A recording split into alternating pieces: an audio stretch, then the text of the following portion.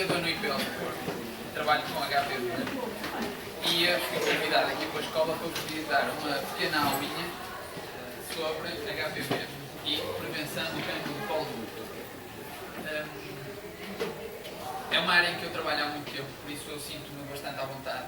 Já fiz muitas palestras para escolas, okay? E escolas foram mais de 20 e não para 50. E eu normalmente gosto de fazer na escola, porque eu também sou aluno, ao mesmo tempo sou aluno de medicina, por isso eu sou professor e aluno, por isso percebo o vosso lado, percebo as dificuldades dos vossos professores em controlar uma turma e percebo as dificuldades dos alunos em se concentrarem. Está bem? Por isso, para tentarmos fazer com que esta aula, entre aspas, seja uma coisa produtiva, eu quero que vocês se sintam à vontade para fazer perguntas. É um tema que é extremamente importante que vocês façam perguntas, porque vocês vão perceber ao longo da apresentação que isto é para ser descontraído, para vocês aprenderem isto da descontração. Okay? O que vos peço é que vocês são muitos, que não falem todos ao mesmo tempo, porque senão depois fica aqui um burburinho grande e a gente não se consegue entender, está bem? Aproveitem para tirar as dúvidas que possam ter sobre o assunto à medida que eu for perguntando. Os vossos colegas que estiveram cá antes podiam parecer assim uma turma um bocadinho mais arrebitada, mais terrorista, mas fizeram muitas perguntas e a maior parte das perguntas foram todas pertinentes. Okay? Por isso, aquela pergunta mais estúpida de todos que vocês podem se sentir inibidos em falar, aproveitem para fazer. Está bem? Pode ser? Pronto. Vamos fazer isto assim, uma coisa descontraída. Quem é que já ouviu falar em HPV? Havia aquele grupo de meninas. Não ouviram falar em HPV? Só. E cancro do colo do útero? Quem é que já ouviu falar? Impecável. Muito bem. Então, as meninas que estão aqui todas já deviam ter ouvido falar de HPV e cancro do colo do útero. Quantas meninas que estão aqui que não foram vacinadas para o cancro do colo do útero?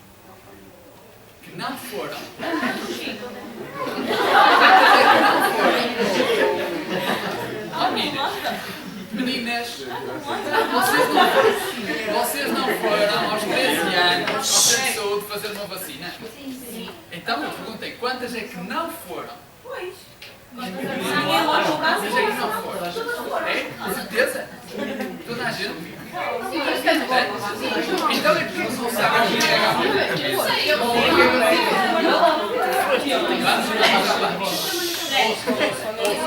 HPV. Meninos, quando foram as raparigas, quando foram a fazer a vacina para o cancro do colo do útero, ninguém vos deu um folhetozinho sobre o que era a vacina, sobre que estavam a ser vacinados.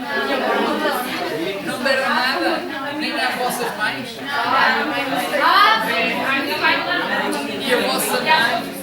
E a vossa mãe não vos disse, olha, vocês hoje têm que ir fazer uma vacina por causa disto. Disseram o quê? Então, têm que ir fazer uma vacina porque tinham que fazer uma vacina para o quê? Para o cancro do colo do útero. Muito bem. Sim, senhor. Vocês vão chegar ao fim e vão perceber porque é que vossas mães vos disseram isso e não disseram que estavam a ser vacinadas para o HPV. Okay. No final da palestra vocês vão perceber. Okay? Já vamos ver. O que é que significa HPV? O H não sei. Sim, força, digam. O que é que significa o V? Vírus. Espetáculo. O H? De humano. E o P? Está em inglês. Certo. E o P é de papiloma. Em português será vírus do papiloma humano, em inglês human papilloma virus. Okay? Mas se puserem no Google, HPV vai aparecer o quê? Hospital Público Valente. Porque HPV é uma sigla, ok? Nós usamos muito isto da questão das siglas para identificar as coisas, mas não se podem esquecer do contexto em que nós falamos disto, está bem? Por isso é que é importante falar de HPV e cancro do colo do útero, falar de vírus do papiloma humano e cancro do colo do útero. O que é o cancro do colo do útero? É um cancro? É um cancro, ok? E agora, o que é o colo do útero? Quem é que me sabe dizer? O que é o colo do útero? Diz. É uma parte do sistema reprodutor feminino. Está localizada onde? No útero. Na base do útero. O que é que entende por base do útero?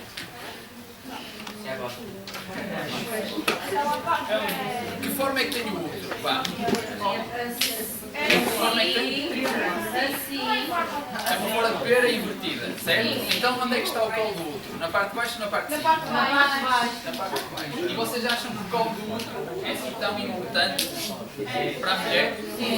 Calma. Quem é que falou? Quem é que falou da gravidez? Diz-me então porquê. Porquê é que é importante na gravidez?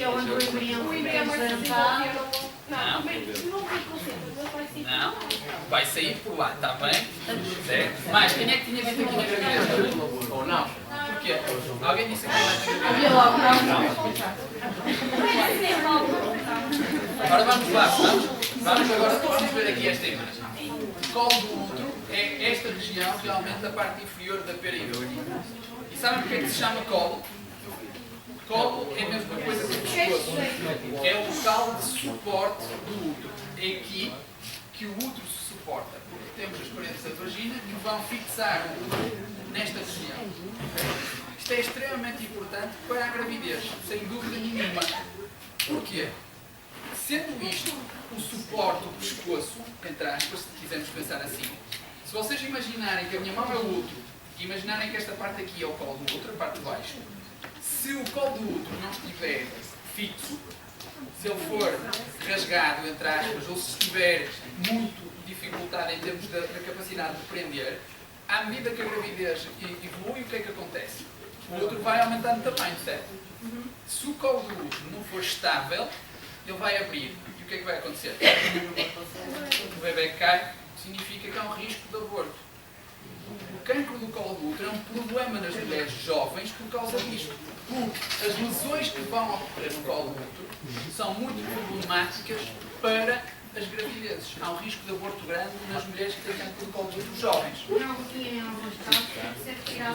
Certo? Já vamos falar lá à frente. Já estás toda mandada lá para a frente.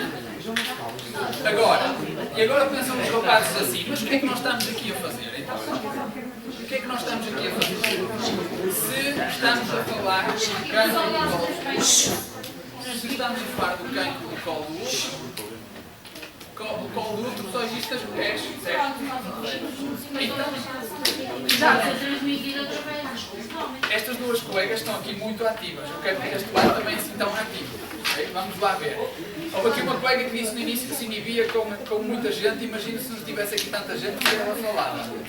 O que é que elas estão a dizer que é interessante? É o homem, isto é importante para os homens porque é o homem que transmite à mulher. Certo? Foi o que estavas a dizer? Então, e qual é que nasce primeiro? O ovo ou a galinha? Depende. Então, Quando nascer o ovo tem que nascer quem é que infecta? Quem é que infecta quem? Quem é que infecta quem? Então, é o homem que infecta a mulher ou é a mulher que infecta o homem? São ambos, certo? Isto é importante para vocês perceberem uma coisa. 80% das mulheres sexualmente ativas estão infectadas por HPV. O que significa que o 80% dos homens também está infectado, certo? 80% dos homens ou mulheres sexualmente ativos ou está infectado ou já esteve infectado por HPV. Ok? Por isso, é importante para os homens. Depois, há mais algumas coisas que nós à frente vamos falar, porque a minha experiência diz-me que quando se começa muito a falar nestas coisas do cancro do colo do útero, os rapazes desligam e ficam ali desligados e estão aí a conversar, etc. Depois à frente, quando a gente for falar nos problemas que podem acontecer no homem, as antenas viram-se ao contrário. Os rapazes ficam logo todos despertos, a tentar perceber o que é que se vai passar. Porque afinal de contas, isto não é só das mulheres e as raparigas já ficam a pensar, estão a ver, estavas aí, agora vai com isso. O que é importante então perceber? Sim,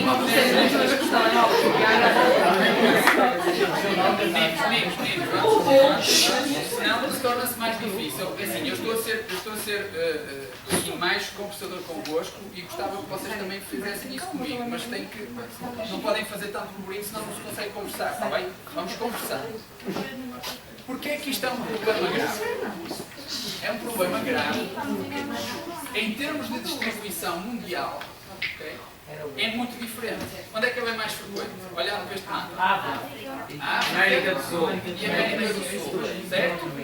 Agora, vocês acham que aqui no deserto do Saara há métodos para detectar o cancro de colo de útero? Vocês acham que aqui na Amazónia há métodos para detectar cancro de colo de útero? Acham que ali na Sibéria, no deserto, ou nos Himalaias aqui há? Okay? Isto significa que a maior parte destes dados são um bocadinho empíricos. Acha-se que é muito mais frequente nesses sítios, porque só em países mais desenvolvidos é que há bons métodos de diagnóstico e de percepção de como é a infecção e como é que o cancro de colo de útero se desenvolve. Exatamente, não quer dizer que a taxa seja menor. Agora, eu há uns tempos dava uma palestra e dizia assim, então, porquê é que há mais cancro nos países ocidentais do que nestes países da África e da América do Sul? Eu é que está certo. Sabem qual é a esperança média de vida de um africano? 40 anos. Não, será muitos anos atrás. Agora está nos 45, mais ou menos. E qual é a esperança média de vida de um europeu ou de um americano? 80. Percebem isto? Qual é a idade média de aparecimento de um cancro? À volta dos 65 anos é o esperado. Eu acho que acaso mais cedo. Se eles não chegam aos 65 anos, é por isso que também não têm cancro. Okay? Mas muitas das vezes nos estudos diz-se, muitas vezes, faz sentido, não faz? Muitas das vezes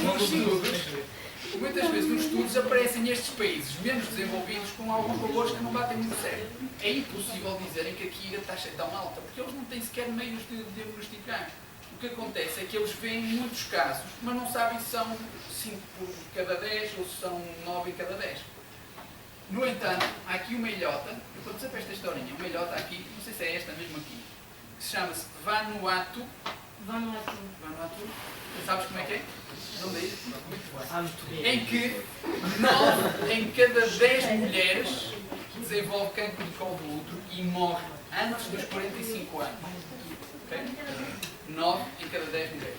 É um problema gravíssimo que esta população tem. Que eles têm um defeito imunológico que faz com que as mulheres não consigam, aquela população é caracterizada por um defeito imunológico, faz com que as mulheres não consigam eliminar a infecção por HPV e por isso quase todas desenvolvem cancro e vão morrer de cancro e não têm meios de cuidado de saúde. Okay? Agora, o que é importante? Olhando aqui para Portugal, vocês olharem aqui para esta distribuição na Europa, veem que Portugal tem aqui uma incidência significa número de casos. Número de casos por cada 100 mil mulheres, à volta de 10,8, okay? Que é o valor mais alto da maior parte dos países da Europa Ocidental. Okay? Apesar de tudo, é muito semelhante aqui aos países da Europa do Leste. E veem aqui que na Europa do Leste temos dados de incidência muito alta.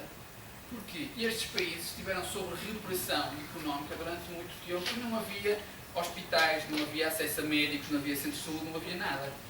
E por isso é que a incidência nestes casos é tão alta. Okay? Nós teríamos a obrigação, nós Portugal, de sermos muito mais próximos dos países da Europa Central em termos de incidência, porque nós somos um país desenvolvido. Não faz sentido que a gente tenha algumas diferenças relativamente aos países da Europa Central. Pior do que isso, isto significa que por ano estamos a falar de 700 a 800 mulheres com cancro de colo de útero em Portugal. E agora, se repararem, 390 mulheres das 800 morrem. Okay? Nós temos praticamente uma taxa de mortalidade de 50%, que é muito grave e é muito semelhante aos países da Europa do Leste.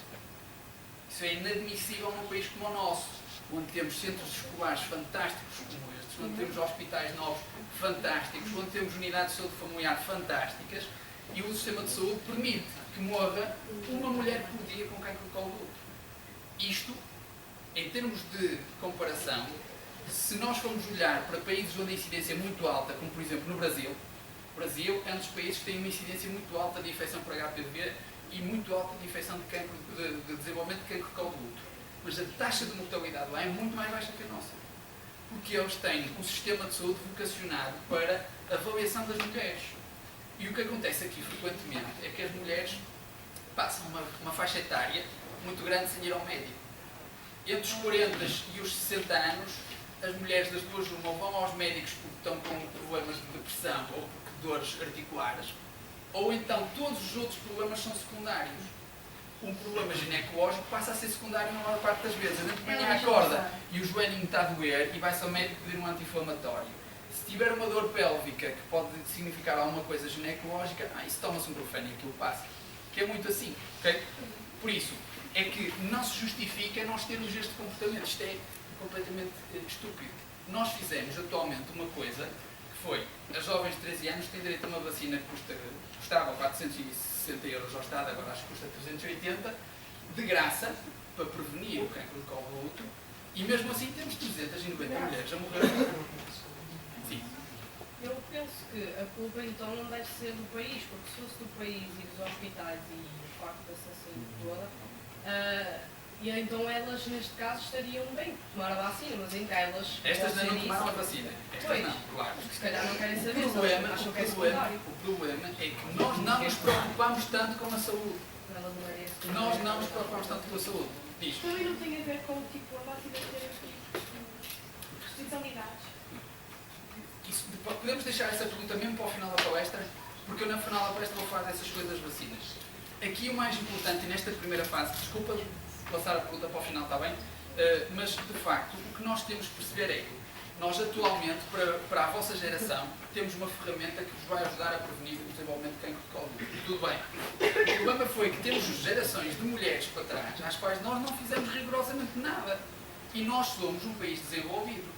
Somos um país, como no outro dia ouvi um senhor dizer, que desenvolveu a Via Verde, que não existe em nenhum lado do mundo. Que temos a maior rede de internet dos países civilizados do mundo. E não temos uma rede de cuidados de saúde adequada. Morrem, não estou a dizer, morre uma mulher por dia com uma doença que se pode detectar se as mulheres forem regularmente ao médico. Isto é incrível. É dos poucos casos onde a gente pode dizer, efetivamente, que uma mulher com alguém com medo de regular ao médico pode evitar morrer desta Mas patologia. isso também tem outros fatores. Quais são os outros fatores? Para quem? Para o Estado? Estas mulheres que aparecem, estas 800 mulheres que aparecem com cancro de colo do útero por ano, gastam milhões de euros, que são muito mais caros do que uma mulher que vai todos os anos ao centro de saúde e faça um Papa Nicolau, por exemplo. É muito mais caro. Mas nem todas são isentas. E não precisam de ser isentas, porque os custos de um teste Papa Nicolau são muito baixinhos. Depois podemos ver isso, se quiseres, são muito baixinhos. Nunca fizeste nada disso, depois já vamos falar mais à frente. Agora, o estudo da causa. Como é que, tudo bem que sabemos que é um problema, é extremamente grave, tem uma taxa de incidência muito alta em Portugal, tem uma mortalidade muito grande, e como é que nós podemos descobrir, como é que nós descobrimos, como é que chegamos à causa disto? Vou-vos fazer assim, um contexto histórico para vocês perceberem de que, como é que, em termos de medicina e de evolução da ciência, o que demorou até se conseguir chegar a uma conclusão para nos permitir fazermos a prevenção que temos hoje, efetivamente. Começou tudo com um senhor chamado Rigoni Stern, em 1842, um senhor italiano que era uma mistura entre médico e padre, e que era responsável por avaliar a saúde das mulheres de uma determinada região em Itália. E então ele descreveu o seguinte, há um livrinho dele que diz assim, é um facto curioso de que o cancro do colo do útero é uma patologia muito frequente em prostitutas e rara em freiras. O senhor na altura, vocês estão-se a rir agora, mas o senhor na altura não fazia a mínima de que isto podia estar relacionado com HPVs, com essas coisas todas. O senhor limitava-se a avaliar os dados. Então ele via prostitutas e via freiras e via outras mulheres. Dizia, não, este cancro aparece nas prostitutas. As freiras raramente têm. Não disse que não existia, disse que raramente. Okay? Para além desta constatação dele, ele fez mais coisas. Por exemplo, o cancro da mama era mais frequente em freiras do que era em prostitutas, vice-versa. Há vários aspectos que foram muito importantes. Nós hoje, se olharmos para trás, para aquilo que o senhor disse em 1842, percebemos que o senhor tinha razão, porque hoje sabemos que isto está relacionado com a atividade sexual. Mas na altura, quando o senhor começou a falar, não se percebia nada. É porque estás aqui para aprender, não é para me ensinar nada a mim. Agora, o que é que depois aconteceu? Em 1901, Houve um senhor que teve a fugir a dizer não, pá, isto é tudo tretas, isso da profissão não tem nada a ver. A culpa é da religião. Ele dizia assim, as mulheres católicas têm muito mais risco de ter cancro de colo do útero do que as mulheres judias. Pá, e porquê é que o senhor disse isto? Faz algum sentido, assim à primeira vista? Mas faz sentido num aspecto. Nós hoje olhamos para trás porque é que pensamos?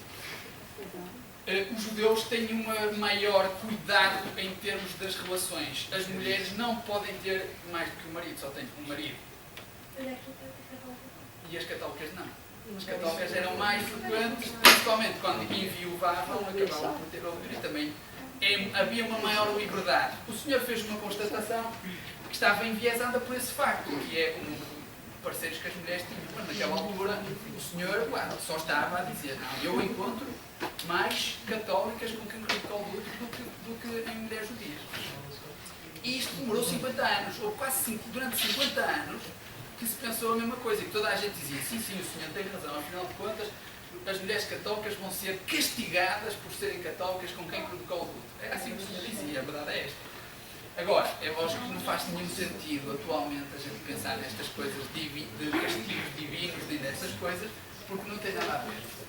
Em 1960, 61, 62, houve uns iluminados que disseram, não, pá, isso já não tem nada a ver nem com a profissão, nem com a religião. As mulheres dos homens que são circuncidados têm todas cancro de colo do útero. E então ficou toda a gente, mas como é que isto é possível? Isto faz algum sentido? Então, isto ia contra. Quem é que os homens que são frequentemente circuncidados são os judeus, que entre os 6 e os 8 anos acabam por fazer, se não for à nascença, entre os 6 e os 8 anos acabam por fazer circuncisão. Acho que fazem todos. E por isso vai contra o que estavam a dizer anteriormente. Só que nesta década, no início da década de 60, aconteceu outra coisa nos países ocidentais, que foi a revolução do sexo, drogas e rock and roll. E então passou a dizer-se que o facto de fazer a circuncisão melhorava a performance sexual dos homens. E então passou a ser moda, durante muito tempo, principalmente nos Estados Unidos, os homens fazerem a circuncisão também. Porquê? Porque iam melhorar a performance sexual, então todos queriam ser melhores na cama do que os outros. Resultado, isso também estava enviesado por outro fator. Olha, se eles queriam ser melhores na cama do que os outros, já porque tinham que experimentar várias mulheres, não era só com a mesma. E então agora nós sabemos que de facto era, sim senhor, a circuncisão podia estar associada, mas era porque eles queriam ter mais mulheres do que propriamente aquelas que os outros tinham, que só tinham uma. Certo? Agora, houve outro senhor, em 1970, que disse, olha, esqueçam tudo, a culpa disto é os géneros.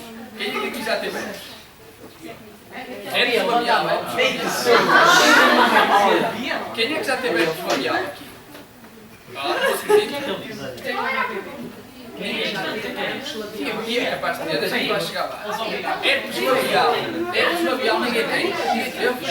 Então quer dizer, eu sei, mas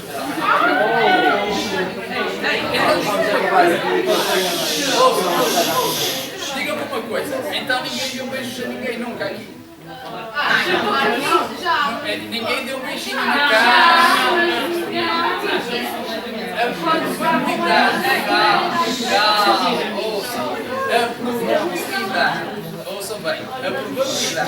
nesta sala, 90% de nós estamos infectados com herpes é extremamente alta. Quando é que nós somos infectados com herpes? Nunca tiveste uma apresentação, uma lesão ou um sinal de herpes, mas podes tê-lo a dormir perfeitamente. Não estar ativo. Não estar ativo, está perfeitamente a dormir. Sabem quando é que isto é frequente? Isto é assim, a transmissão do herpes acontece frequentemente na infância. O que é que os pais agora gostam muito de fazer aos bebês? Beijinhos, e agora uma moda de dar beijo na boca aos filhos. Os vossos pais quantas vezes vos deram beijo na boca?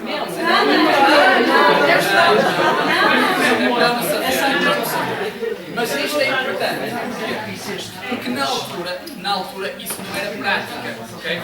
O herpes era considerado quando aparecia alguém com herpes, era considerado como se fosse uma pessoa que estava ali com alguma doença que era esquisita, ok? E o que ele verificou é que há dois tipos de herpes. Há o herpes labial e o herpes genital. E o que ele verificou foi que o herpes genital, as mulheres que tinham herpes genital tinham maior risco de ter cancro de colo de útero. E ele dizia, não, ter herpes genital vai ter cancro de colo de útero. Então pensou-se que era o vírus herpes que causava o cancro de colo de útero. Pronto, isto durou mais ou menos uma década de discussão. Ainda há atualmente quem se diga, não, ainda há uma porcentagem de casos que pode ser explicada pelo vírus do herpes. Mas atualmente já está praticamente decidido que não é. Porquê? Porque em 1983, este senhor, o professor Harold Rosen, é um alemão. É muito inteligente,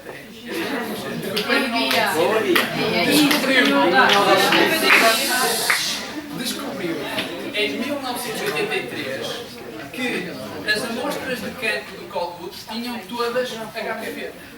Então ele passou a dizer, não há cancro do colo do útero sem HPV, o que significa que ter HPV é que provoca cancro do colo do útero. E este trabalho de 1983 levou a que ele recebesse um prémio Nobel 25 anos depois, em 2008, e que recebesse esse prémio Nobel pela descoberta, que é extremamente importante, que, para aquilo que nós sabemos atualmente relativamente à prevenção do cancro de colo do útero e das vacinas, etc. E este senhor, só para desanuviar agora, só para vocês perceberem, este senhor é um investigador fantástico, tem perto de 90 anos. É um senhor que já veio a Portugal pelo menos 2 vezes a convite de várias instituições. E eu já tive o prazer de jantar com o senhor. E o senhor é extremamente porreiro e diz que o que mais gosta de fazer ao fim de semana é passar a ferro. Por isso, é um crânio. E realmente, só para vocês terem a noção, que isto não é preciso ser aqueles cientistas do laboratório que ficam fechados para fazer grandes descobertas. Por isso, a descoberta está ao vosso alcance também. Está bem? Pronto. Agora, este senhor é um senhor espetacular e que fez trabalhos fantásticos nesta área. Agora, o que é que nós sabemos? A infecção por HPV é muito mais frequente do que o número de casos de colo. Como eu disse, 80% das mulheres sexualmente ativas está ou esteve infectada por HPV. Mas o número de mulheres que desenvolvem cancro são 3 ou 4% dessas todas. Porque há vários fatores que vão ajudar ao desenvolvimento de cancro de colo do útero. Okay? Primeiro, idade da primeira relação sexual. Mais tarde, se tiver relações sexuais, não. Porquê? Então, mas porquê?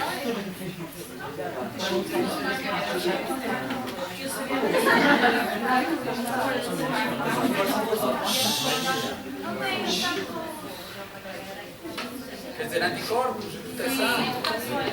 Podia ser isso. Mas não é por aí. A idade da primeira relação sexual. Então o que é que vocês acham? Há bocado eu não É como se ainda não tivesse ensinado. disse exatamente o que tu disseste. Foi as mulheres ainda não têm um sistema reprodutor completamente desenvolvido. Mas isso até podia funcionar ao contrário, porque o HPV é muito esquisito nas células que entra e entra nas células típicas e gosta de entrar nas células, depois já vem dizer, da pele e gosta de entrar nas células do colo do útero, não gosta das outras. Por isso, se a mulher não estivesse bem desenvolvida, se o colo do útero não estivesse bem desenvolvido, até podia ser que o vírus não entrasse lá. Mas o que é que vocês acham que a idade da primeira relação sexual tem a ver? Faz sentido, e vocês vão perceber porquê. Por causa do segundo, porque quanto mais novo se começa, maior a probabilidade de ter mais parceiros. Certo? Certo? É verdade. Faz sentido? Isto é um fator que é importante. Ouçam, é um fator que é importante. Não é necessariamente começar as relações sexuais aos 13, aos 14, ou aos 15 ou aos 16. Mas é uma conjugação entre a idade de início e o número de parceiros sexuais. Porquê? Porque quanto maior o número de parceiros sexuais, maior o risco, porque maior vai ser a probabilidade de transmissão do HPV. Okay? Agora, o que é que vocês acham sobre como é que isto se consegue controlar?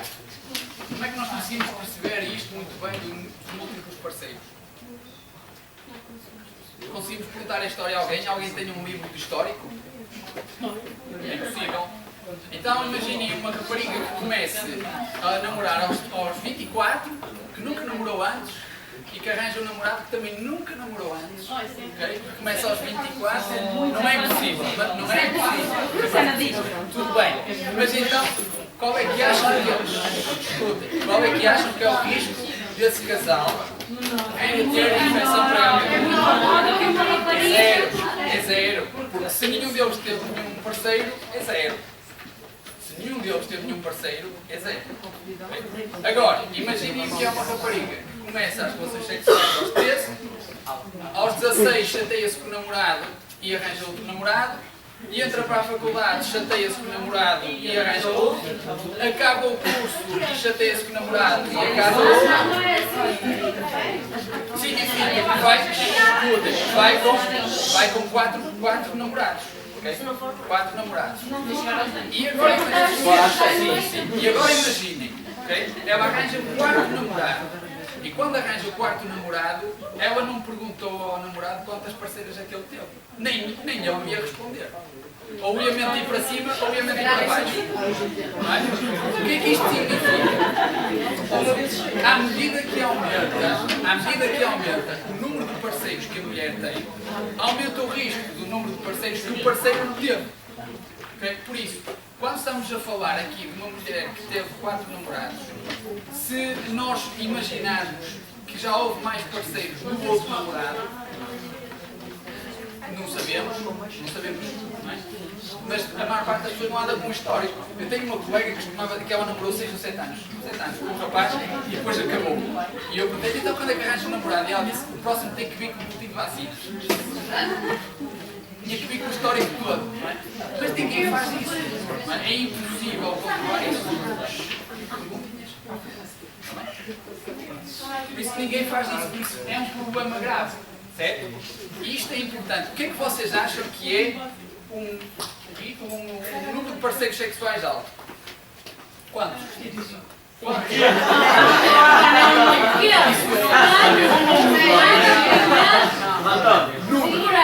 Número de parceiros sexuais que é considerado risco. 5, 7. Para mim, 6.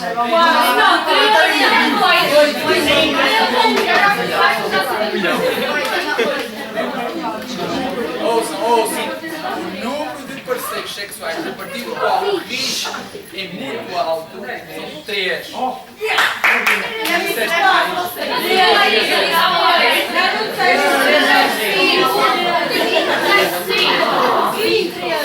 3, ok? Ouçam. São três parceiros, ok? E isto é importante para vocês, em termos de construção do vosso futuro, perceberem aos riscos em que estão expostos, está bem? Agora, outra coisa, está aqui, tabagismo. O que é que o tabaco tem a ver com o cancro do colo do útero? O tabaco vocês associam normalmente a que problema? O cancro do pulmão, certo? Ok? Estamos a falar de colo do útero, não tem nada a ver. O fumo do tabaco não vai parar ao cancro ao colo do útero diretamente. Não há nenhum canal que leve ao colo do útero. Então o que é que acham que pode ter a ver? não vai ter a volta. Diretamente não tem nada a ver. O que é que vocês acham? Diretamente e indiretamente os homens causa. Também pode, é verdade isso. Mas então, o tabagismo, porque é que o tabagismo é um fator de risco? Nós, continuamos. Mas é Com o cancro do colo. Tabagismo, cancro do colo. Também está relacionado com a gravidez, no caminho. Gente, eu já há bocado os vossos colegas acertaram. Uma pista estava a todos escrito. Por causa do sistema imunitário. Por causa do sistema imunitário. Está certo. Okay? Porque fumar diminui o sistema imunitário. Okay? Ao diminuir as nossas defesas, diminui as defesas contra o HPV. Por isso facilita a infecção do HPV, facilita o desenvolvimento de câncer. Dúvidas? Então, Malta. Ela sabe. porque é que importante? O importante é que vocês discutam isto comigo para libertarem as vossas dúvidas. Esta questão do sistema imunitário é muito importante. Outro dos problemas, que eu ainda há bocado, por acaso, na outra apresentação, esqueci de dizer. O sistema imunitário tem muito a ver com a questão da alimentação. Okay? A mania das dietas, mulheres que fazem dietas têm um risco aumentado de vir a desenvolver uma infecção e de vir a desenvolver coisas mais graves, porque não têm defesas imunológicas. Okay? E agora, há uma coisa engraçada, dietas restritivas, exageradas, é lógico que controlar a alimentação é sempre normal. Agora, aquelas dietas para ficar esquelético, Dieta da loucura. quem come-se à noite só e só um pão e um copo de água, não é? Esse tipo de coisas impede o desenvolvimento do nosso sistema imunitário. E ao impedir o desenvolvimento do sistema imunitário, vai impedir as defesas. Está bem? Perceberam? Sim. E então, e o último? O que é o último? E então, o que é que as doenças sexualmente transmissíveis têm a ver com HPV e com cancro de colo? Tá. Força, diz lá. Diz lá.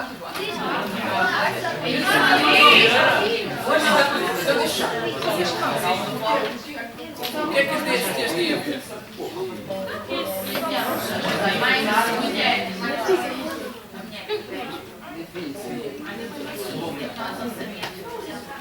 Mas isso já está em cima dos parceiros.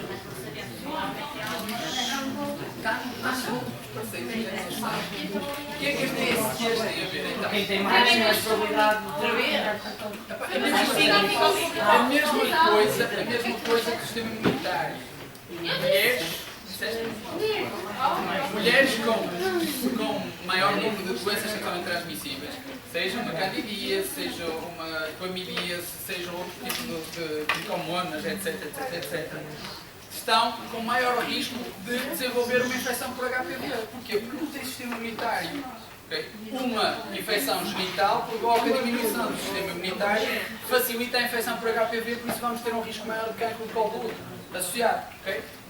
É esta conjugação de fatores. Isto significa que as mulheres, principalmente, e depois os parceiros, têm que estar atentos a tudo isto. Okay? Isto é importante. Eu estou-vos a dizer isto. Nós fizemos um estudo com raparigas entre os 14 e os 18 anos, há bocado não contei isso, entre os 14 e os 18 anos, aqui em Portugal, em que fizemos um kit de autocolheita, que é dado uma zargatoa às raparigas, as raparigas faziam uma colheita. É um cotonete gigante. Um cotonete gigante. E as mulheres e as raparigas faziam uma colheita, introduziam aquilo até ao colo do útero, fazíamos uma raspada no colo do útero e depois nós fazíamos a análise. Eu estou-vos a contar isto porque das 450 ou 480 raparigas que fizeram isso, 15% tinham HPVs de alto risco. Okay? 15% das raparigas entre os 14 e os 18. A idade média, ouçam isto, só para vocês perceberem os fatores de risco. Isto foi feito aqui perto. A idade média de início da relação sexual era... 5 anos. Aos 14. A idade média era 15,9. Tínhamos casos dos 12 até aos 18.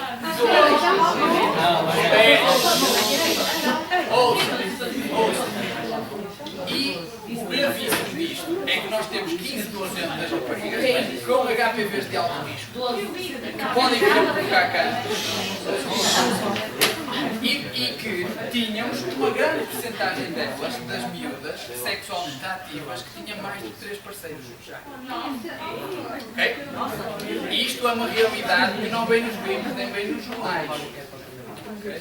Mas isto é para ter a noção de que aos 16, 17, 18 anos há uma percentagem de raparigas que já têm um risco grande de vir a ter um cancro de colo do útero. Está bem? Até porque é importante o tabagismo outra coisa, que eu há bocado esqueci de dizer. há 20 anos atrás, a idade média de aparecimento de um cancro do colo do útero era 45, 50, 55, mais perto dos 50. Okay? No início dos anos 2000, a idade média passou a ser entre os 40 e os 45. Agora estamos entre os 35 e 40. Okay? Isto significa que nós em 20 anos reduzimos quase 20 anos na idade média. E aquilo que nós sabemos é que as mulheres que fumam têm o risco de virem a desenvolver cancro do colo do útero é 10 anos mais cedo. Okay? Enquanto uma mulher poderia desenvolver aos 45, uma fumadora desenvolve aos 35. E isto é importante para percebermos uma questão. Não sei se vocês têm noção, mas até praticamente à década de 40 e 50 as mulheres não podiam fumar. Era proibido, só os homens é que fumavam. Okay? Resultado, os homens morriam de tortos aos 45, 50 anos com cancro de pulmão. As mulheres na década de 60 quiseram começar a emancipar-se, então vamos fumar. E agora as mulheres morrem aos 45, 50 anos. Mas essas raparigas todas tomaram vacina. Não, essa era uma boa pergunta. É que 60% delas já tinha tomado a vacina, mas provavelmente quando fez a vacina já tinha sido infectada. O que não faz sentido nenhum. Mas pronto.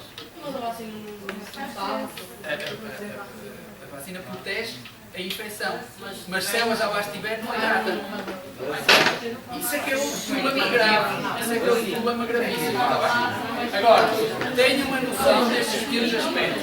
Fumar para as raparigas, e agora 21% das raparigas com menos de 20 anos fuma e 19% dos rapazes fumam. Há mais raparigas com menos de 20 anos a fumar do que rapazes. Isso é um fator de risco estúpido. Okay? Fumar não leva a nenhum lado, a nenhum bom porto, nem a economia leva, como algumas pessoas defendem, quanto mais se fuma, mais dinheiro se dá ao Estado. Nem a economia leva a bom porto. Okay? E neste caso estamos a falar de um fator de risco muito grave para as mulheres. Está bem? Agora, o que é o HPV propriamente? É um vírus do papiloma humano, certo? E diz aqui que é um vírus com distribuição ubíqua. O que é que significa ubíquo? Boa pergunta. Ubíquo significa espécie geral, frequentemente. Significa que toda a gente pode estar infectada. Por isso é que nós temos aqui esta questão. Não interessa se é sexo masculino ou feminino, se tem 10 anos, 30, 40, 60, se é preto, branco, amarelo, azul, às riscas, não interessa. Okay? A probabilidade de encontrar as pessoas infectadas é praticamente igual ao que o HPV infecta todas as pessoas. Já vamos falar mais de 5 dias de mandar a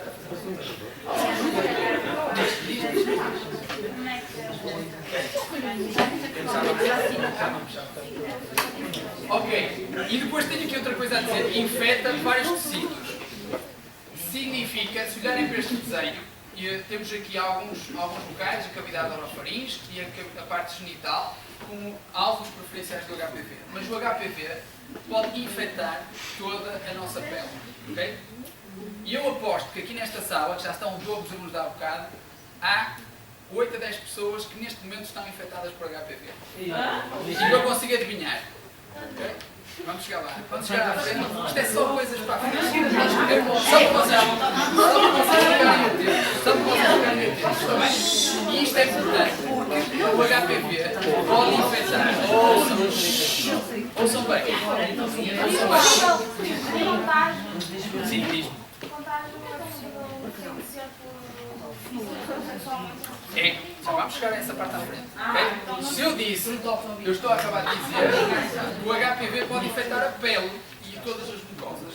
Mucosas é a cavidade oral, principalmente, a cavidade genital, anogenital e depois também a parte respiratória. Okay? Se nós tivermos o vírus adormecido, Sim.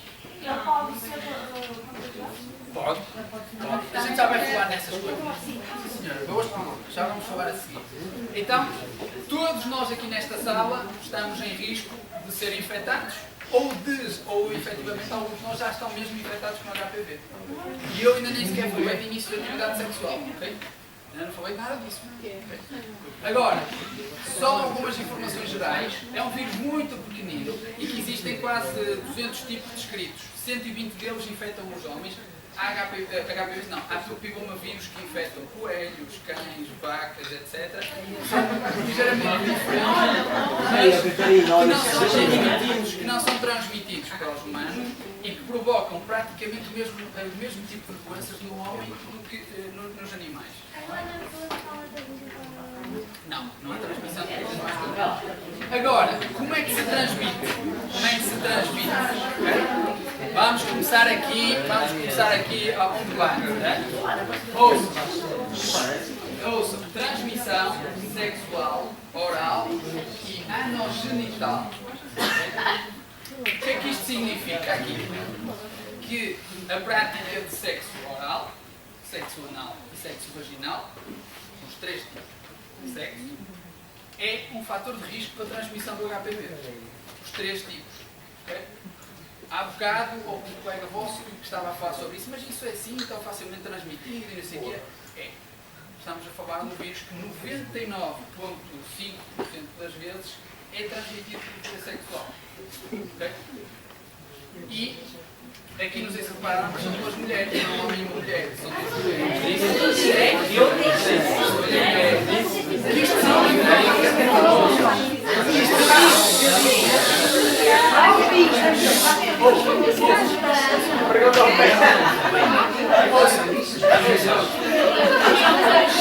O que isto significa é que a transmissão é uma transmissão que não tem a ver com um tipo de orientação sexual.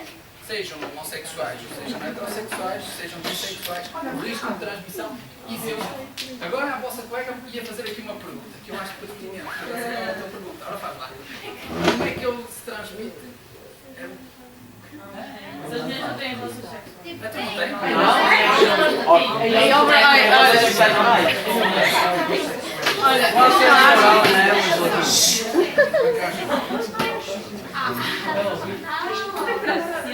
Vamos já.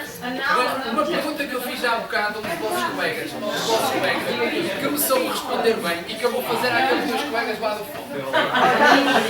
Eles é que sabem. Ouçam a pergunta. Eu estava a dizer, transmissão, 99,5% ocorre por via sexual, oral, anogenital. Mas há uma porcentagem de transmissão que não é sexual, que é uma transmissão por contágio pele a pele. Okay? Porque eu disse que o HPV afeta a pele. E há um bocado fiz uma pergunta a um colega vosso, que foi o que é que eu entendia por relação sexual. O que é que entendes? Ouçam o vosso colega. O que é que entendes por relação sexual? Agora, cuidado com as palavras que vais dizer. Estás perante uma plateia de pessoas que está à espera que tu digas. O que é que entendes por relação sexual? Diz-me lá. Está bem. Anal, genital. O que é que entendes por relação? O que é uma relação sexual para ti?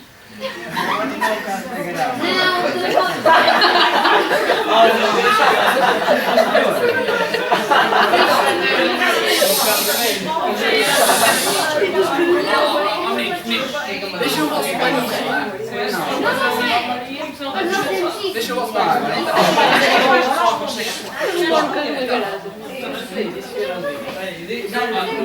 o que é que tu entendes? Eu não te estou a pedir uma definição científica. Estou a perguntar. O que é que tu entendes por relação sexual? Que eu depois vou te dizer o que é que o teu colega há um bocado disse. Isso não tem problema nenhum. Um ato sexual. O que é um ato sexual, então? O teu colega há um bocado disse assim.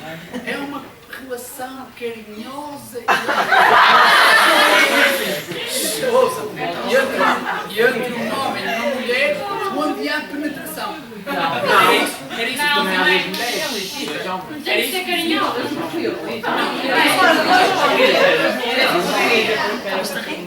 Também pode ser das mulheres.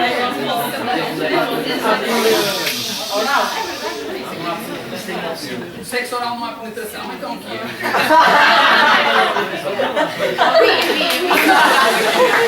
Ouça, Eu prometi, a sério, ó, Nico, eu prometi que isto ia ser uma conversa descontraída, está bem? Eu por isso estou-vos a pedir que me respeitem nessa contração, me respeitem nisso. O vosso colega está a dizer que sim senhor, não é só com penetração. Ele tem razão. Uma relação sexual, que eventualmente era que aqui os vossos colegas também queriam dizer, é tudo que envolve contacto com os órgãos sexuais. Não é necessário haver penetração. Okay? Por isso, diz-se muito a questão dos preliminares e daquelas brincadeiras, que também é fator de risco para a transmissão da HPV. Está bem? Eu há bocado contei uma história, e não tenho vergonha nenhuma, e contei outra vez. Uns anos atrás eu estava a dormir um domingo de manhã e tive um telefonema que me acordou de uma parente minha muito chateada aos gritos: oh, por favor, preciso que me ajudes, vou destruir o meu casamento, isto está, e eu, o que é que se passou, o que é que se passou? Porque eu fui ao médico, ao ginecologista, e ele detectou-me uma infecção por HPV, e eu nunca tive nenhum homem, eu só tive o meu marido, nunca tive mais ninguém, e ele diz que nunca teve mais nenhuma mulher, mas eu sei que não tive, por isso se eu tenho HPV é por causa dele, e por isso ele é um mentiroso, e ele anda-me a pôr os copos. Resultados. E eu quero acabar com tudo, eu vou pedir o divórcio, eu vou sair de casa, não me interessa, eu vou deixá-lo, que eu não confio mais nele. E eu disse assim: olha, espera aí, calma, eu ainda estava meio a dormir, mas espera aí, calma, não vais dizer estas coisas, vamos lá ver. Diz-me só uma coisa, o que é que tu entendes por relação sexual? O que é que tu queres dizer com isso? Não, diz-me, o que é que tu entendes por relação sexual? Tu estás-me a querer dizer que não é preciso penetração? Eu, sim, é isso já. Oh, então esquece, é que eu tive muitos namorados e fiz muitas brincadeiras. Ouçam isto.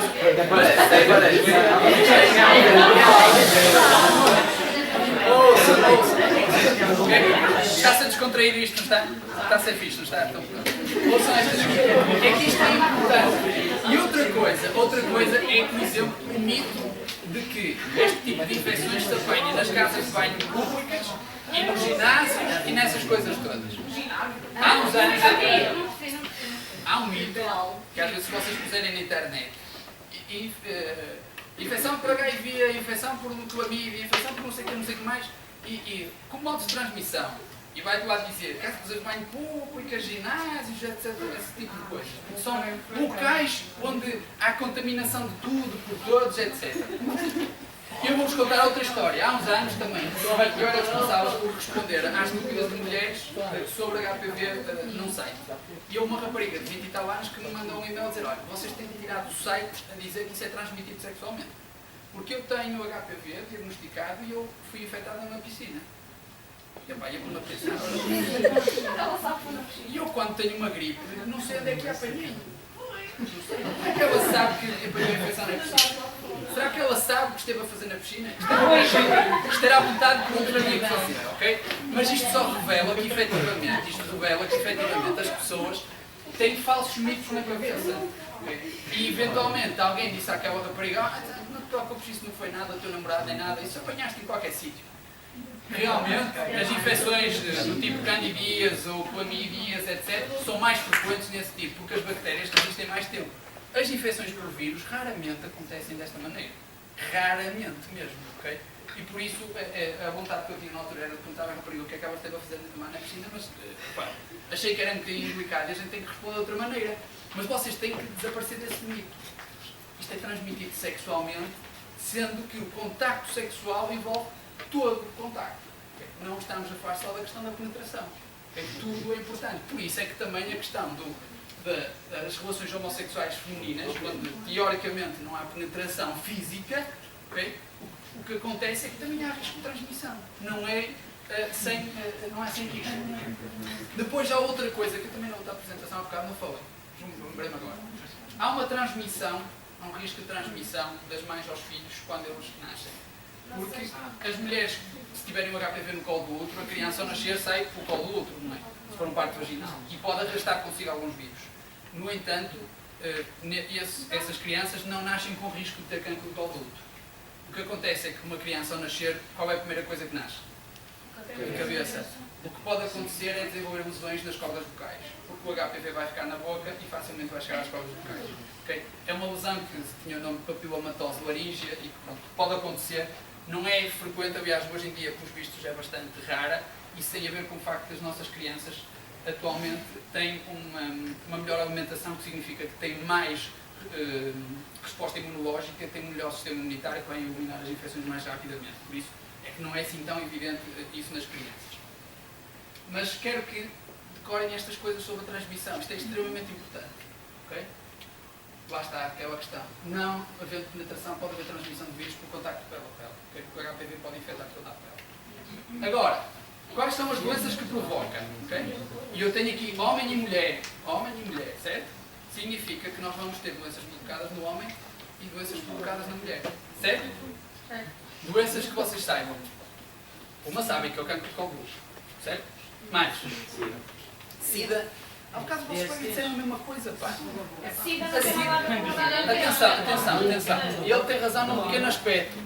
Sabem qual é a diferença entre... Sabem qual é a diferença entre HIV e Sida? Qual é a diferença? O HIV é o vírus. Sida é uma doença desenvolvida num doente com HIV. Certo? Isso significa que uma mulher com HIV que seja infectada por HPV tem Sida. Okay? Porque tem uma infecção como consequência. Mas uma mulher com HIV é uma seropositiva, não tem Sida. Está bem? Só, se não tiver nenhuma doença associada, não tem Sida, tem só HIV. Perceberam isso? Sério? Se a professora diz que ser um teste, vocês têm que saber isso. Vocês estão a tirar notas, já que isto sai no próximo teste. No próximo teste as professoras não sabem isto. Pronto. Agora é sim. Temos aqui a dizer orofaringe e a parte genital. Leva-vos para dizer que eventualmente o HPV provoca, tendo em conta que é transmitido sexualmente, sexo oral, anal e vaginal, as doenças que provoca vão estar associadas a este tipo de coisas, certo? Certo? Mas o há bocado disse que ele infectava a pele toda, e então, como é que fica? Ele provoca lesões na pele ou não? Sim. Que lesões? Herpes não. Herpes é o herpes. Herpes é o herpes. Feridas? Não. Verrugas. Quem é que aqui teve um cravo ou uma verruga? Quem levantem os braços? Sim, verrugas dos pés. Um cravo ou uma verruga? Eu nunca tive nada disso. Não? Então, 1, 2, 3, 4, 5. Aquele menino ali. 6. Eu há bocado disse. Afinal, os dois. Eu há bocado disse que eu gostava que 8 pessoas desta sala tinham HPV, 7 têm HPV. Vá. Agora, ouçam. O HPV.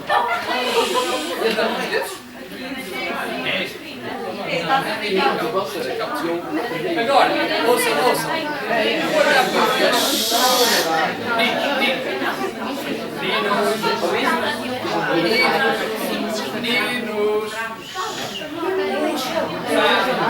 Ou assim. Que aparecem frequentemente ou na planta do pé ou nas mãos, são locais mais frequentes, são provocados por HPV.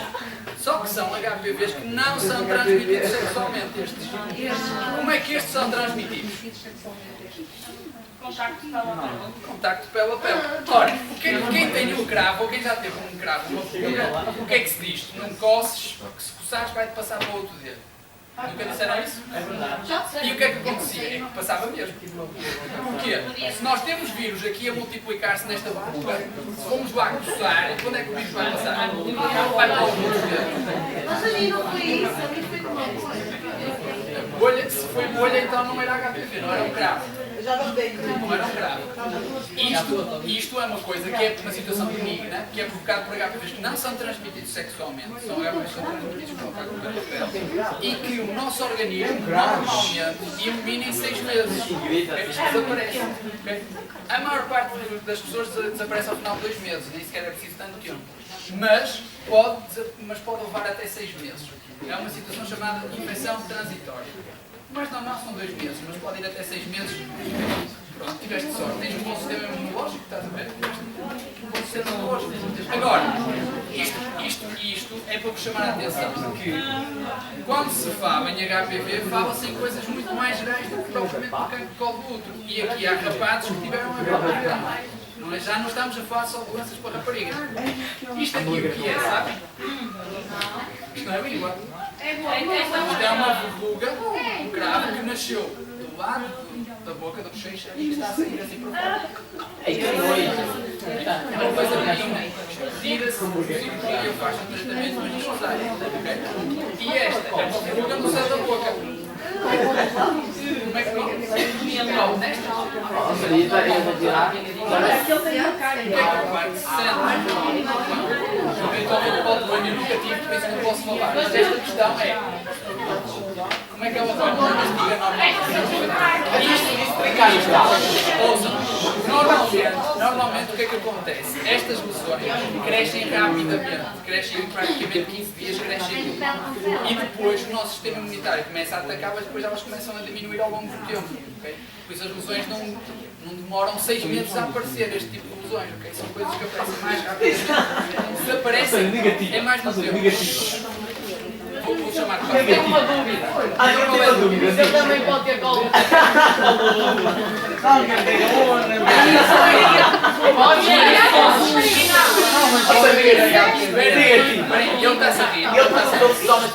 rir.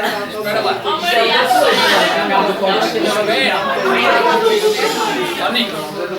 Posso responder ao vosso colega? Posso responder ao vosso colega? É assim,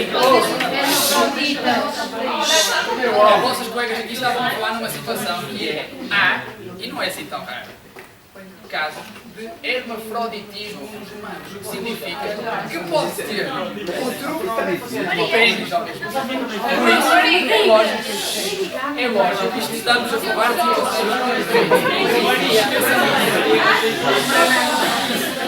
esqueçam disso, ok? As doenças provocadas do homem já vamos falar agora. Está bem? Agora, atenção, isto são lesões chamadas meninas daí, e meninos daqui do meio. Isto são lesões chamadas benignas. Okay? São lesões que são transitórias e que eliminam-se rapidamente. Mas podemos ter casos como este.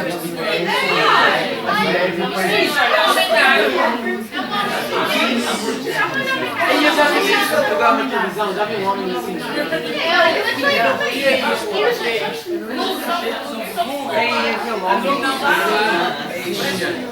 Estes casos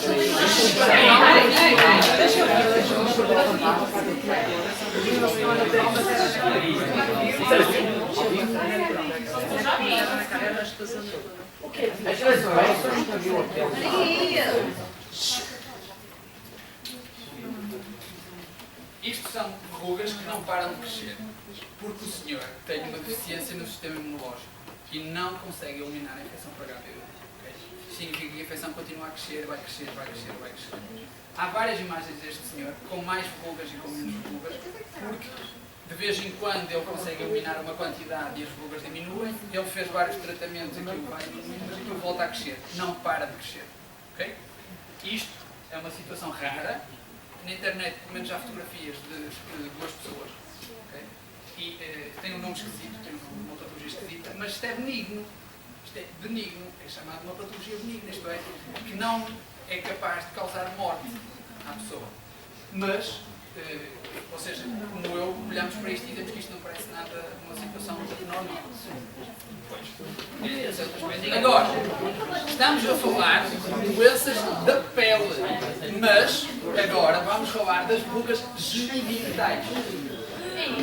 As verrugas genitais são provocadas por HPVs, que são transmitidos principalmente por contacto da pele, que não são tão transmitidos por via sexual, e que aparecem tanto no homem como na mulher. Em termos de distribuição é praticamente igual. Aqui temos alguma. Aqui esta vez é muito mal. Esta é a vulva que está completamente cheia de verrugas. Aqui a glande, okay, como podem ver. E isto são coisas que se veem. E as pessoas deixam passar, principalmente os homens têm vergonha de ir ao médico e deixam passar isto. Okay? Mas isto é importante e é um dos sinais de atenção que as pessoas devem ter relativamente à infecção por HPV.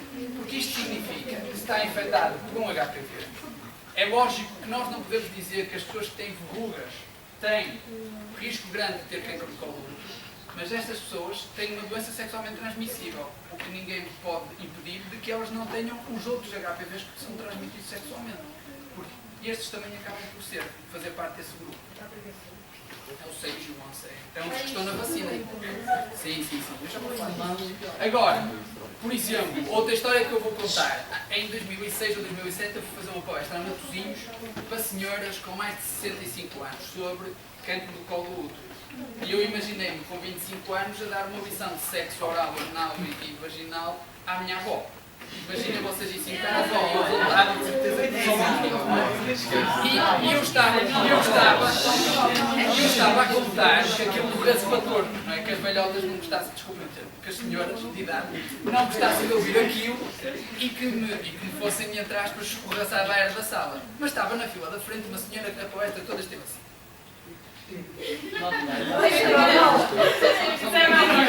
E eu, quando cheguei a esta parte, estava a mostrar isto e a senhora levanta o braço e eu, ui, o que é que vem dali? Pá, Deus, deve fazer uma pergunta, não sei, dizer, olha, doutor, isso vê-se? Essa é uma coisa que se consegue ver, você está a ver aqui, consegue-se ver, uma pessoa com cuidado consegue ver. Quando chegar a casa vou dizer, Zezinho, baixa as calças que é para o material.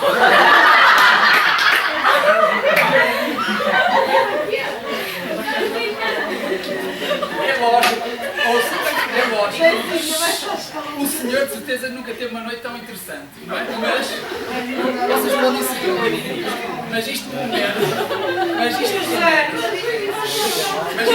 chamou a atenção da senhora e fez com que efetivamente a senhora olhasse provavelmente para o seu corpo de outro ponto de vista e pensasse, bem, às tantas isto a gente pode estar atento e descobrir algumas doenças que a gente não imagina. Principalmente porque as mulheres de idade têm muito pudor de ir ao ginecologista, têm muito pudor de ir ao médico, está bem? Agora, o senhor deve ter tido uma noite fantástica, com a mulher a chegar a casa a pedir uma coisa daquela. Vocês não contem aos vossos pais que eu disse isto aqui. Chegando a casa, agora comer a coisa. Agora vamos falar, amigos. Agora vamos falar de alguns casos mais graves. Rapazes, olhem para mim. Os HPVs de alto risco que são transmitidos sexualmente podem provocar câncer pélvico. Ok? Rapazes, isto é uma realidade. São raros os casos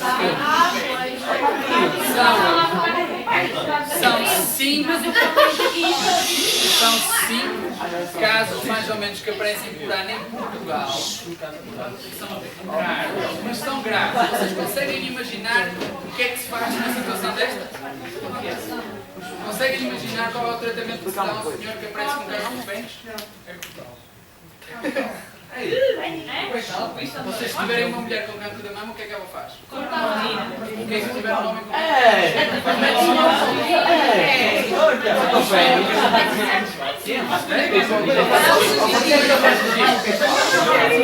Os colegas já estão a dizer vocês não conhecem ninguém que tenha sido operado à bexiga, nem nada. Essas pessoas têm um catéter à bexiga e têm um saquinho e fazem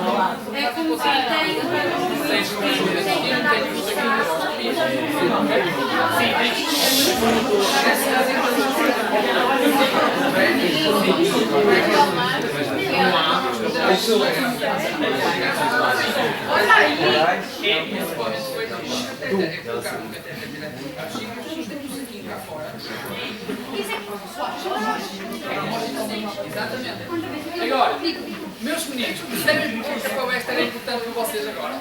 É que, imaginem isto, se há 80% das mulheres com probabilidade de ter estado ou estar infectada por HPV, há 80% dos homens com probabilidade de ter estado ou estar infectados por HPV, e se há uma minoria de homens que têm o risco de vir a ter cancro de pênis. Ok? Por isso, é bom estar atento. E o que acontece é que os homens são mais medricas e deixam isto andar, pensam que é uma vida pequenina que vai evoluir e que basta. Uma semana passa, 15 dias depois não passa, 3 meses depois não passa, 6 meses depois não passa e depois acaba numa situação de amputação, se for possível. Está bem? E agora para as senhoras. Para as senhoras, temos os casos de cancro de colo. O cancro de colo é uma doença que é evolutiva e que não aparece de um momento para o outro. Okay? É uma doença provocada por HPV e que é capaz de demorar entre 10 a 15 anos a se desenvolver. Okay?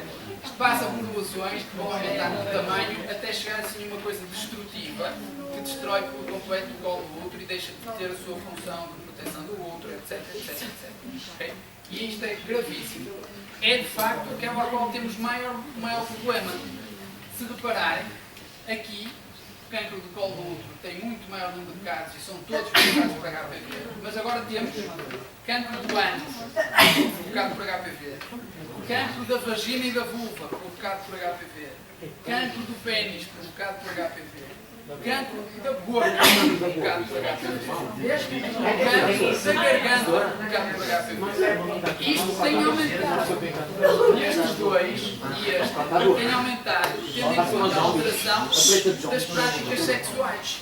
Okay? Se no passado o sexo oral e o sexo anal era tabu, agora é muito mais frequente e por isso é que estamos a falar de um risco grande de desenvolvimento destas patologias.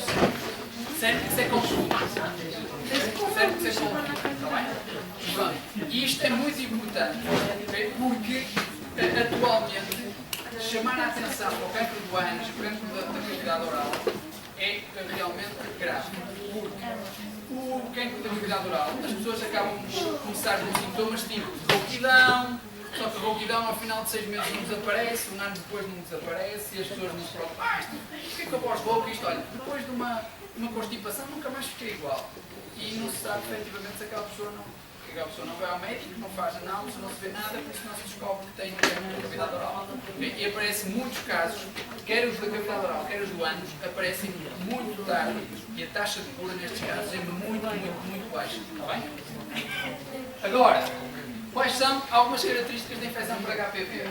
Ela é assintomática, significa que ninguém, quando é infectado, descobre eu estou infectado por HPV, simplesmente porque não me dói nada. Okay? Não posso dizer, dói-me aqui, dói-me acolá, tenho HPV.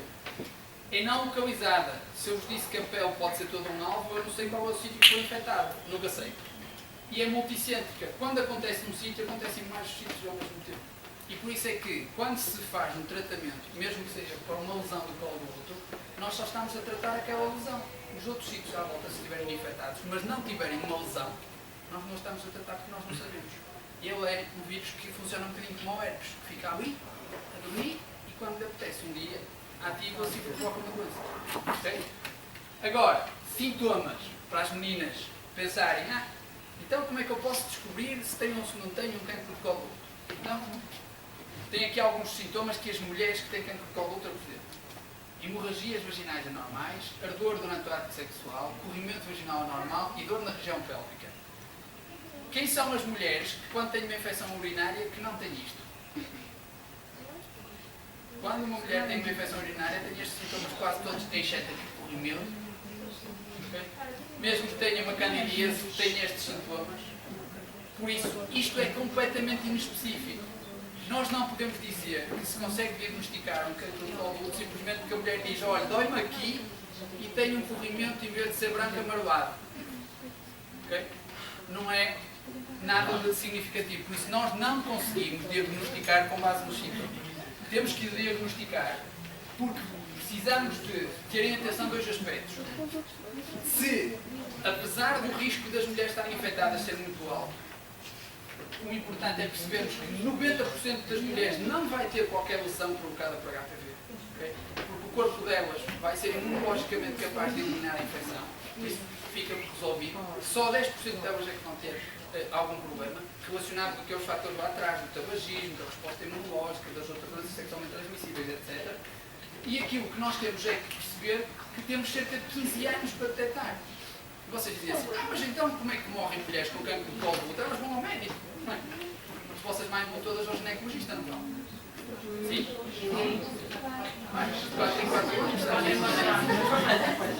O mais frequente é a gente perguntar às senhoras de 50 anos, então quando foi a última vez que foi ao ginecologista? A última vez? Foi quando o meu filho nasceu. Que idade tem o seu filho? Olha, está na universidade. Isto é frequente, significa que as mulheres passaram um período de tempo que é fundamental para diagnosticar um cancro. Passaram esse período sem ir ao médico. E como passaram esse período sem ir ao médico, já vão muito tarde normalmente. Aquilo que é feito e que é fácil de fazer é, por observação do colo do útero ou do teste do Papa Nicolau, fazer o diagnóstico da infecção por HIV. Okay? E isso é fácil de fazer. Agora, como é que nós podemos prevenir a infecção por HPV? Já vamos falar à frente. Já falamos. Eu já vou falar. Tá bem? Dá-me só uns minutinhos que eu já digo isso. Tá bem? Digam-me lá então. Prevenção do HPV e do cancro de colo do útero. Como é que a gente resolve isto? Como é que a gente resolve isto? Mais DST, zero preservativo. Mais. Então as vacinas não é? A vacina não é? E mais, ir ao médico, certo? Começar a vida sexual mais tarde. O quê? Começar a vida sexual mais tarde. Bem, pode ser.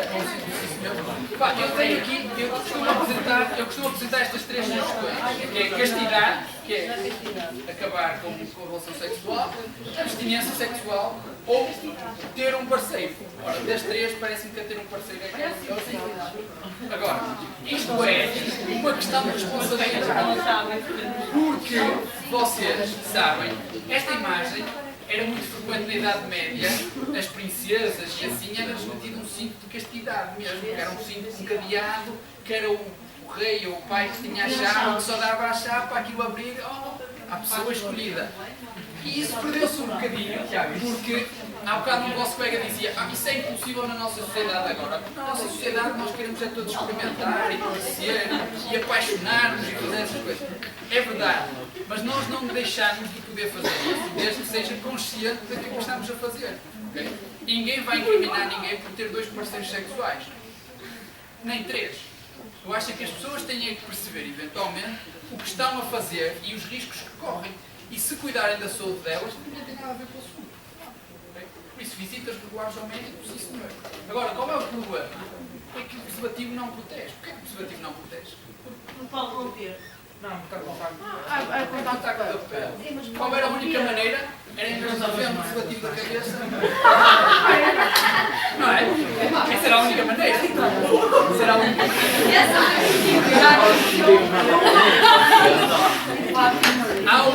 Há uma imagem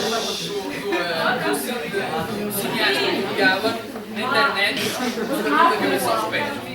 E de facto, era a única maneira. Porque nós estamos a falar de um vírus que é transmitido facilmente e que tem como alvo toda a nossa pele e as nossas mucosas. Por isso, havendo contacto de pele, há transmissão daqueles que são transmitidos com a pele. Havendo contacto genital, há transmissão dos que têm transmissão sexual. Por isso, nós estamos permanentemente em risco. Okay? Agora, o teste do Papa Nicolau para as senhoras, que é feito através da raspagem das células de colo do útero e ver se as células estão alteradas, é um método eficaz. Agora o produto, como é que a gente descobre nos rapazes se eles têm ou se não têm infecção? Como é que se faz? Na urina. Podia ser. Para isso também se fazia nas mulheres, na urina. Não. Diz? Para isso também se usava o método da urina com as mulheres. Pois, olha, é uma boa pergunta o que ele está a dizer. Se usava a urina para o homem, porquê é que não se usa a urina para a mulher? Mais fácil, digo eu. Tem um aspecto que é, anatomicamente é muito diferente. Trata o urogenital do homem e o urogenital da mulher. O urogenital do homem é o mesmo, da mulher tem 2 canais separados. Mas, no homem, há uma coisa que também impressiona muito os rapazes. Sabem como é que se fazia? Como é que durante muito tempo ainda havia médicos, agora eu penso que os médicos estão a fugir um bocadinho a isso. fazia-se peniscopias. Vês? Não disse? E sabem como é que se faz peniscopia? Deixa os rapazes responder. Então como é que se faz uma peniscopia? Mete-se uma agulha no buraquinho. Uma agulha, fogo. Então de que tamanho é a agulha? Mini, só sobre aqui. De que tamanho é a agulha? De que tamanho é a agulha? Muito fininha, certo? Está errado. O que se faz é colocar um tubo de ferro deste tamanho, com 1 centímetro de largura. 1 centímetro? Porquê? Lá dentro tem que se ter uma câmara de filmar e aquilo que se faz é mete-se até à bexiga e depois vai-se tirando e vai-se vendo com a câmara. A ver se tem alguma coisa. Ora, é muito como é que há um serviço, não é? Incrível. Mas calma. Eu queria dizer, Na televisão, a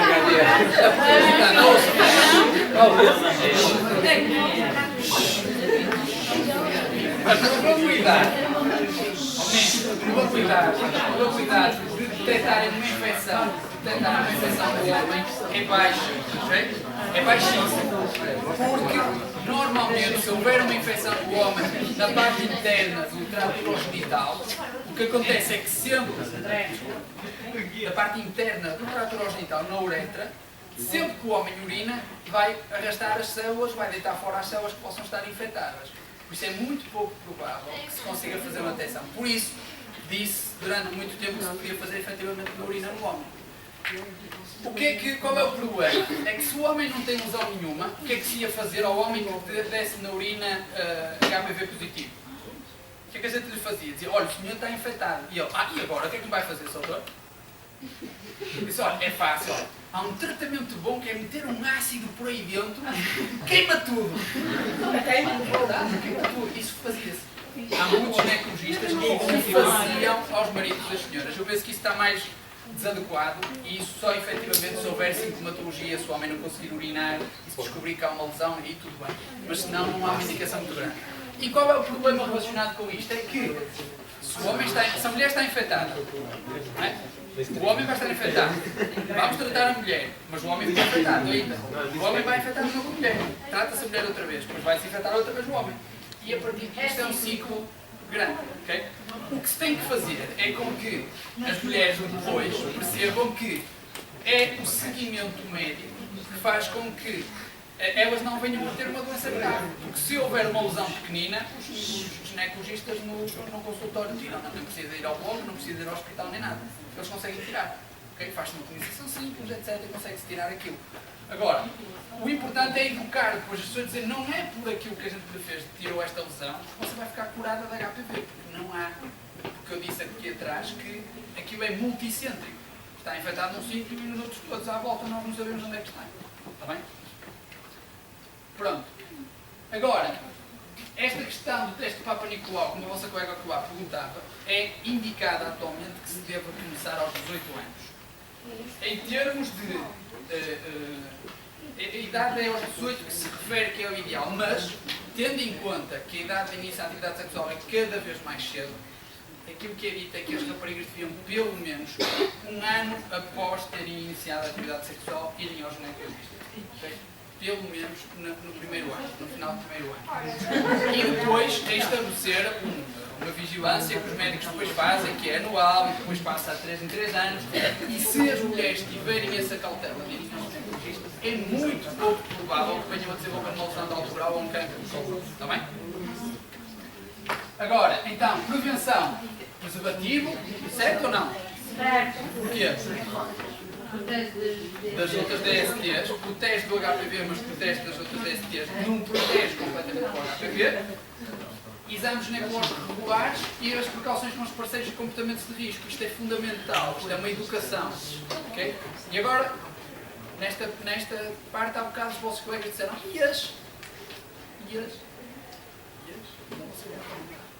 Então e as quê? Então estamos a falar de prevenção. Então e as? Diga.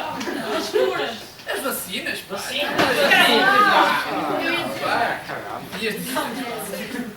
Não, vacina é para prevenir, certo? Então, é assim, este senhor é o professor Ian Fraser, é australiano, também já esteve em Portugal várias vezes, também já tive prazer com isso, e foi o senhor que desenvolveu as vacinas. Okay? É o senhor que reformou-se aos 50 e poucos anos, porque por cada vacina que é vendida no mundo ele recebe 5 euros. Okay? Vocês imaginarem a quantidade de vacinas que são vendidas no mundo, o senhor está milionário. 5 euros. Agora, o senhor é um cientista que está formado, mas continua a trabalhar e que naquele país, no Vanuatu, naquele país, quando a taxa de incidência de cancro de colo é tão alta, o que ele faz, está a acabar. Se vocês tiverem calma, está a acabar. O que ele faz é ir lá todos os anos dar uma carrada de vacinas para aquelas mulheres, principalmente as raparigas novas, não terem cancro de colo de útero. Porque naquele país as raparigas casam aos 12, 13 anos. Okay? São expostas, os homens podem ter múltiplas mulheres e por isso elas têm uma carga. Não sei não pode acontecer. Okay? E por isso, o senhor desenvolveu uma coisa. Agora, há duas vacinas atualmente. Qual é que vocês fizeram? Às vezes sabem identificar.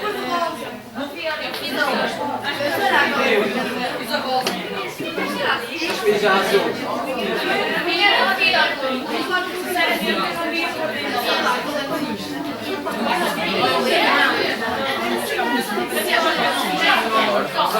Já vai? As meninas. Ouçam, está a acabar. As meninas que foram vacinadas no Plano Nacional de Vacinação fizeram todas a de cima. Chegaram lá acima. Okay? Que é uma vacina que protege contra 4 tipos diferentes de HPV. Okay? O 6 e o 11 que provocam o quê? O que é que o 6 e o 11 provocam? As verrugas, principalmente as verrugas genitais. E depois temos o 16 e 18. O 16 e 18 provocam o quê? Cancro do colo do útero, principalmente. Okay? Esta outra vacina também existe no mercado, só protege contra 2. E o que se fez foi decidir por uma vacina que protege contra verrugas e contra cancro. Por isso, vocês quando foram fazer a vacinação, não foram fazer a vacina contra um cancro. Foram fazer a vacina contra quê? Não? Não. Foram fazer uma vacina contra uma DST. Pois. O HPV. O HPV é uma DST. Agora, imaginem o que era terem chegado aos vossos papás um papelinho a dizer: venham trazer as vossas filhas de 12 anos ou 13 ao centro de saúde para fazer uma vacina para uma doença sexualmente transmissível. Quem é que ia lá fazer a vacina? Ninguém. Então a vacina foi vendida às pessoas, uma vacina para o cancro do colo do útero. E é. Mas é uma vacina contra uma doença sexualmente transmissível. Vamos enganar. Vamos enganar. Porque se os vossos papás soubessem, não os tinham levado lá aos 13 anos. A maior parte tinha dito: isso vá para os 16, 18, nada. Quando tiver é que eles vão achar. Sou uma menina que bonita. Claro, por isso mesmo é que escolheu aos 13 anos, porque quanto mais cedo, melhor. Por isso, não se esqueçam desta questão. Está mesmo a acabar, ok? Não se esqueçam desta questão da transmissão.